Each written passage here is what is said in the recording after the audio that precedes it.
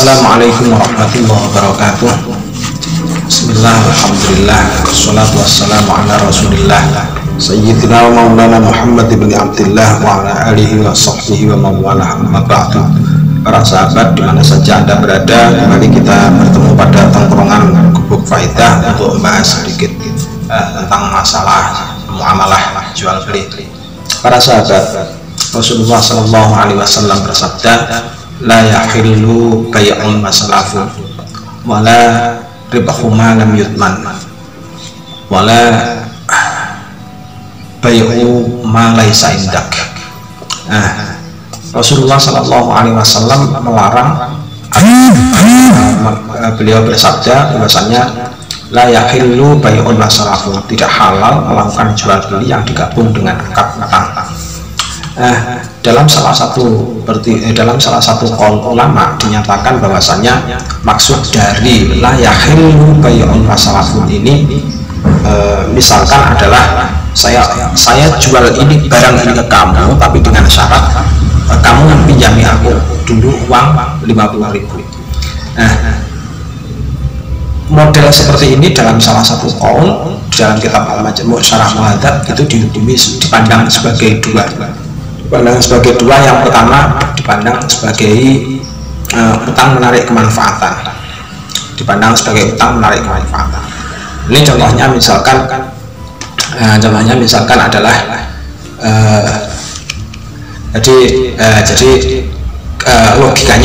logikanya ketika sebenarnya orang tersebut itu tidak mencari utangan sebanyak 50.000, tapi berhubung dia tidak punya uang, akhirnya kemudian menjual barang yang dimilikinya kepada seorang pembeli. Terus kemudian dia bilang, saya jual barang ini ke kamu, tapi pinjami saya uang 50.000. Jadi manfaat yang diberikan kepada orang yang minjami itu adalah berupa barang ini, menjual barang ini itu dianggap sebagai sebuah manfaat, sehingga memenuhi unsur kullu qardin jar naf'an fa huwa riba. Makanya kemudian disebut sebagai riba. Tapi pandangan yang kedua menyatakan bahwasanya pola semacam itu tadi bukan termasuk riba, disebabkan karena adanya hadis khairukum man ahsanukum qadhaan. Jadi sebaik-baik kalian itu adalah orang yang paling bagus atau orang yang paling baik dalam membayar atau melunasi utang. Maksudnya dalam hal ini adalah ada unsur ihsan yang disertakan di dalam akad muamalah tadi. Jadi ada unsur ihsannya, ada unsur kebutuhan yang itu tujuannya adalah untuk membagusi antara pihak yang menjual barang tadi itu dengan pihak yang dihutangi. Jadi dalam hal ini konsep kemaslahatannya itu yang lebih diutamakan. Para sahabat, hal semacam ini itu banyak sekali terjadi. Contohnya misalkan adalah konsep jual beli salam itu pada hakikatnya adalah hukumnya tidak boleh. Kenapa? Karena jalan jual beli salam itu sistem pesan barang itu pada dasarnya tidak boleh disebabkan karena tidak melihat langsung barangnya. Tetapi karena faktor kebutuhan, karena faktor hajatin nas untuk terhadap perilaku atau terhadap model transaksi semacam itu, akhirnya kemudian jual beli salam diperbolehkan. Dan ini banyak sekali terdapat di dalam keterangan kitab-kitab fikih. Para sahabat, terus yang kedua, Rasul juga melarang wala ribahu ma lam yutman, tidak halal mengambil sesuatu keuntungan yang berasal dari sesuatu yang tidak bisa dijamin. Hari ini sedang marak auto gajian. Ada penjaminnya atau tidak? Masalah penjamin ini contohnya misalkan adalah kalau misalkan ada anggota yang mangkir dari melakukan ta'awun yang diistilahkan dalam sistem auto gajian itu. Jadi kalau misalkan ada anggota yang mangkir dari sistem ta'awun karena ada ikatan bisa nggak anggota tersebut untuk dipidanakan? Nah, kalau misalkan kok tidak bisa, berarti tidak ada penjaminnya, tidak ada penjamin undang-undangnya, tidak ada penjamin peraturan. Kalau tidak ada penjamin peraturan, Rasul sudah menjelaskan la yahillu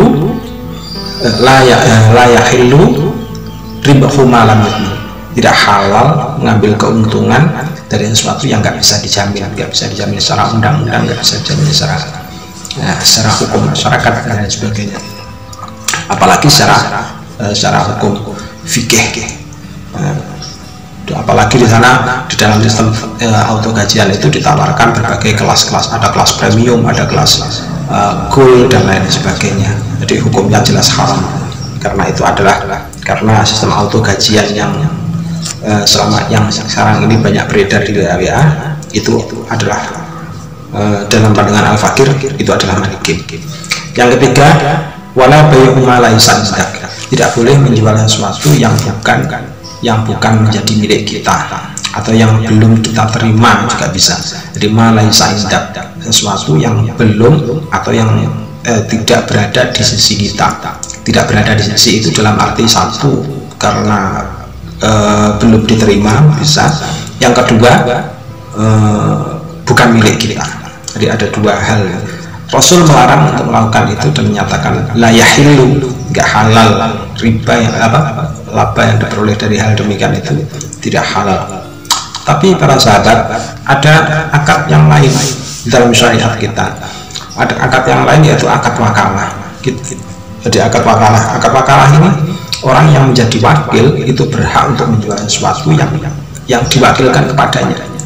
Jadi meskipun sesuatu itu belum menjadi miliknya, tetapi karena akad wakalah tadi, maka hukumnya boleh seorang wakil itu menjual barang yang bukan miliknya, tetapi sudah diakadkan dengan namanya akad wakalah. Al-wakil kal muwakil. Jadi wakil itu menyerupai muwakil. Muwakil itu orang yang mewakilkan, jadi menyerupai muwakil fi tasarrufil malik, jadi dalam mengasarufkan harta yang dititipkannya. Ya.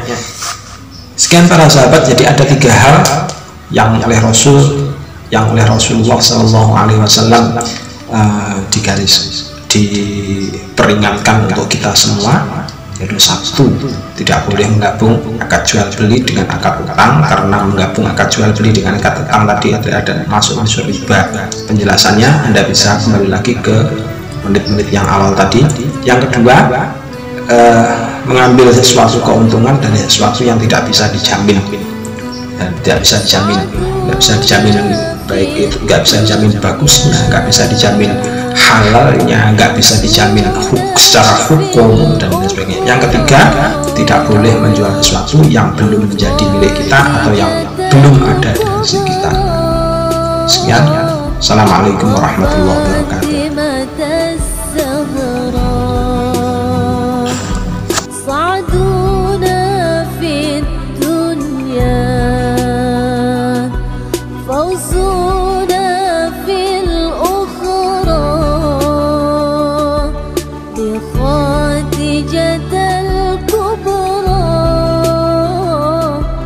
وفاتمة